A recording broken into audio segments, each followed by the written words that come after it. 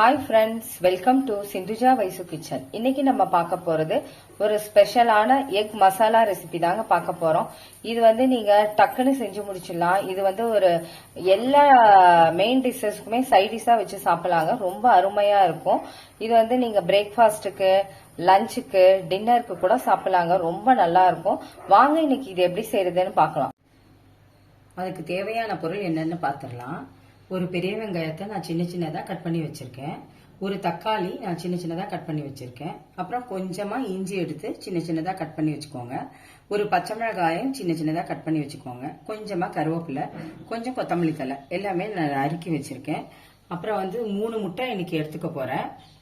அதுக்கப்புறம் வந்து மசாலா என்னென்னா மிளகாய் தூள் ஒரு 1/4 ஸ்பூன் சேர்த்துக்கோங்க.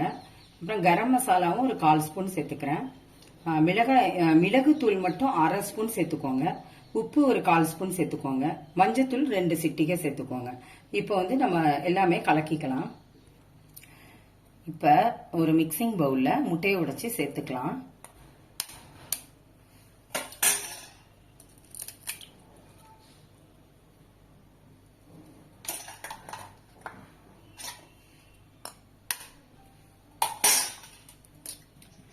இப்ப 3 முட்டையும் உடைச்சு சேர்த்தாச்சு. இப்ப இதை நல்லா விஸ்க் வச்சு நல்லா கலந்து விடுங்க. விஸ்க் இல்லைன்னா ஃபோர்க் வச்சு கூட நீங்க கலந்துக்கலாம். இல்லாட்டி ஒரு ஸ்பூன் வச்சு கூட நல்லா கலந்துக்கலாம்.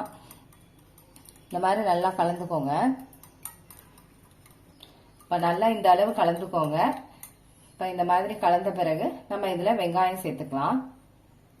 இப்ப நம்ம கட் பண்ணி வச்ச வெங்காயத்தை சேர்த்துக்கலாம்.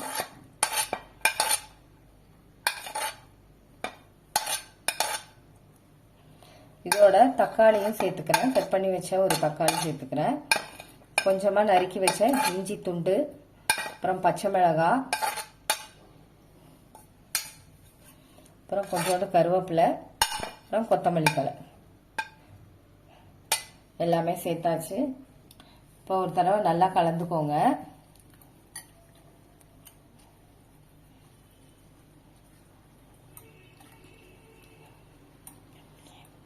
இப்போ நல்லா கலந்தாச்சு. இதோட மசாலாலாம் சேர்த்துக்கலாம். இப்போ மிளகாய் தூள் 1/4 ஸ்பூன் சேர்த்துக்கிறேன். கரம் மசாலா 1/4 ஸ்பூன் சேர்த்துக்கிறேன். கொஞ்சமா மஞ்சள் தூள் சேர்த்துக்கிறேன். ஒரு 1/2 ஸ்பூன் மிளகுத்தூள் சேர்த்துக்கிறேன். 1/4 ஸ்பூன் உப்பு சேர்த்துக்கிறேன். இப்போ இதையும் நல்லா கலந்து விடுங்க. நல்லா எல்லாமே மிக்ஸ் ஆகுற மாதிரி நல்லா கலந்துக்கோங்க.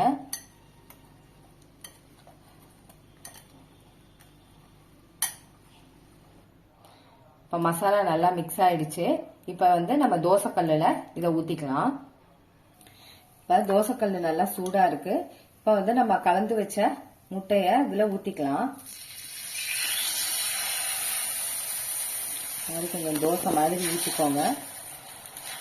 நல்லா கொஞ்சம் பரப்பி விட்டுருங்க. இந்த மாதிரி சிம்மில் வச்சுக்கோங்க. அப்போதான் நல்லா வேகும். இப்போ அப்படியே இருக்கட்டும் கொஞ்சம் நேரம். இப்போ கொஞ்சமா எண்ணெய் சேர்த்துக்கோங்க. கொஞ்சம் சிம்லே வச்சுக்கோங்க. நல்லா மேலெல்லாம் வெந்துடும். இப்போ ஒரு பக்கம் நல்லா ஃப்ரை ஆயிடுச்சு. இப்போ திருப்பி போட்டுக்கலாம். பாருங்க நல்லா சூப்பராக வெந்திருக்கு. இப்போ இன்னொரு பக்கமும் ஃப்ரை ஆகட்டும்.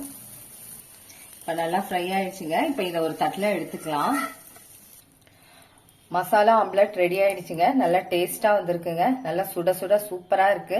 இது வந்து நீங்க பிரேக்ஃபாஸ்ட் ரெசிபியா கூட சாப்பிடலாம். ஈவினிங் ஒரு டீ டைம் ஸ்நாக்ஸா கூட சாப்பிடலாங்க. ரொம்ப நல்லா இருக்கும். அருமையா இருக்குங்க. நீங்களும் ட்ரை பண்ணி பாருங்க. இந்த வீடியோ உங்களுக்கு பிடிச்சிருந்தா சப்ஸ்கிரைப் பண்ணுங்க. பக்கத்துல உள்ள பெல் பட்டனை கிளிக் பண்ணுங்க. Okay, thank you.